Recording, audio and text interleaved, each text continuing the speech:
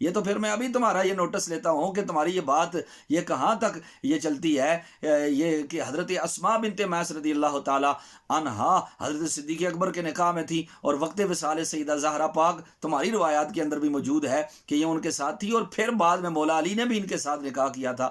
بتاؤ ہاں کہ وہ اس وقت مسلمان تھیں یا کافرہ تھیں؟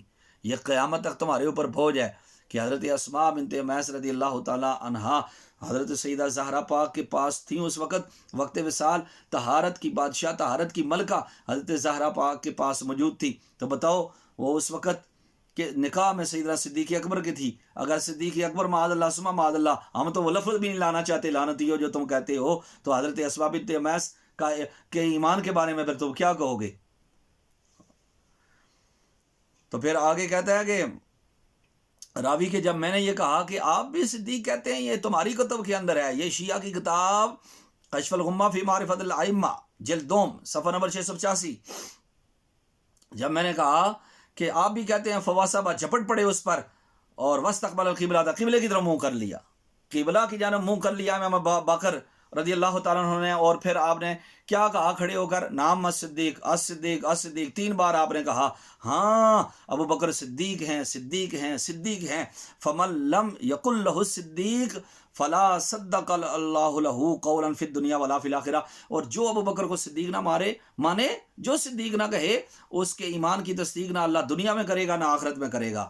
لے بچے تیری کتاب میں سے یہ آ گیا ہے کہ تمہارا ایمان تو گیا، وہ تو پہلے ہی مومن نہیں تھے۔ حضرت ابو بکر صدیق کے اسلام کا انکار کر کے پھر ایمان رہا کہاں پر؟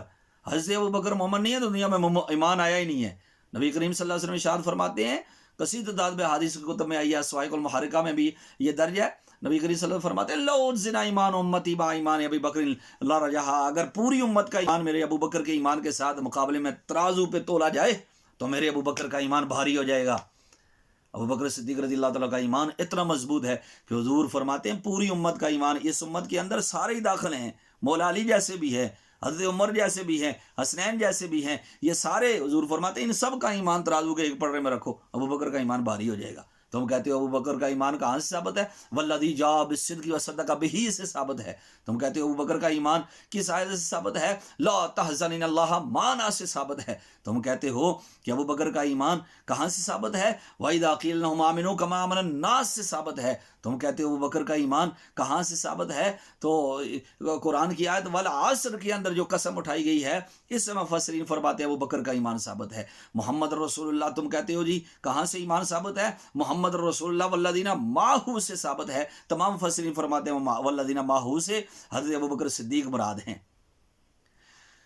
تمہارے جیسا ایک لونڈا ذاکر ہے میاں میر رحمہ اللہ لاہور والے، ان کے پاس آیا اور کہنے لگا ابو بکر کا ایمان ہی ثابت نہیں ہے، ابو بکر ایمان کا اور عمر کا ایمان ہی ثابت نہیں ہے۔ آپ نے فرمایا یہ بتاؤ حسین کے بارے میں کیا خیال ہے؟ انہوں نے کہا حسین کی تو وہی شان ہے کہ جس رودے پہ وہ دفن ہے 40 میل دائیں بائیں آگے پیچھے سارے جنتی ہیں۔ فرمایا شرم نہیں آتی؟ نواسے کے دائیں بائیں آگے پیچھے 40 میل تک سارے جنتی ہیں اور نانا کے پاس پہلو میں سوئے ہوئے معاذ اللہ جہنمی ہو۔ تو وہ طائب ہو کر وہاں سے اٹھا اور اس نے جو ہے نا اس بات سے توبہ کی کہ یہ گھٹیا عقیدہ میں رکھا ہوا ہے، تو تم جہنمی کتے ہو، تمہاری 10 گز لبی زبان ہے جو حضرت ابو بکر صدیق رضی اللہ تعالیٰ عنہ پہ بکواس کرتے ہوئے کھلتی ہے۔ سیدنا ابو بکر صدیق رضی اللہ تعالیٰ عنہ کے ایمان کے اوپر شاہد ہے قرآن، اور جگہ شاہد ہے، ان کی خلافت کے اوپر بھی شاہد ہے۔ وعد اللہ الذین آمنوا منکم وعملوا الصالحات آمنوا منکم وعملوا الصالحات لا یستخلفنہم فی الارض، کہ ضرور خلیفہ اللہ بنائے گا ان ایمان والوں میں سے، اللہ نے وعدہ کر دیا ہے۔ تو کس کو خلیفہ بنایا؟ پہلے خلیفہ ہی ابو بکر صدیق تھے۔ تم جو آدان میں یہ کہتے ہو نا خلیفہ بلا فصل، یہ جو تم حالانکہ تم آدان ہی جھوٹی ہے تمہاری، حالانکہ تاریخ تو کہتی ہے کہ ابو بکر عمر عثمان خلیفہ تھے، تو تم حضرت علی کو جو خلیفہ بلا فصل کہتے ہو تو تم تاریخ کو مسخ کرنے کی کوشش کرتے ہو، حالانکہ مولا علی شیر خدا ان کے پیچھے نماز پڑھتے ہیں۔ مولا علی شیر خدا کو تو تم کہتے ہو تقیہ باز تھے، ان کے پیچھے تقیہ کر کے نمازیں پڑھتے تھے، تقیہ کر کے چپ رہے۔ تقیہ اس مقام پہ کیوں نہیں کیا کہ جس وقت مولا علی شیر خدا کی خلافت برحق تھی، اس وقت تقیہ کیوں نہیں کیا؟ تلواریں کیوں لہرائیں؟ کیوں صفین میں آئے تھے؟ کس لیے مولا علی کی 9 تلواریں ایک جنگ میں اس میں ٹوٹی تھی؟ اس وقت کیوں نہ تقیہ کیا؟ اس وقت بھی تقیہ کر دیتے، لیکن جس وقت مولا علی کو پتا تھا کہ میں اب امام برحق ہوں، خلیفہ برحق ہوں، اس وقت تقیہ نہیں کیا۔ اس وقت مولا علی شیر خدا کرم اللہ وجہ کریم چپ کر کے نہیں بیٹھے، اس وقت خاموشی سے بیٹھے اور اطاعت کے اندر رہے، بلکہ ان کے دور کے اندر مشیر بھی رہے اور قاضی کے عہدے پر بھی فائز رہے۔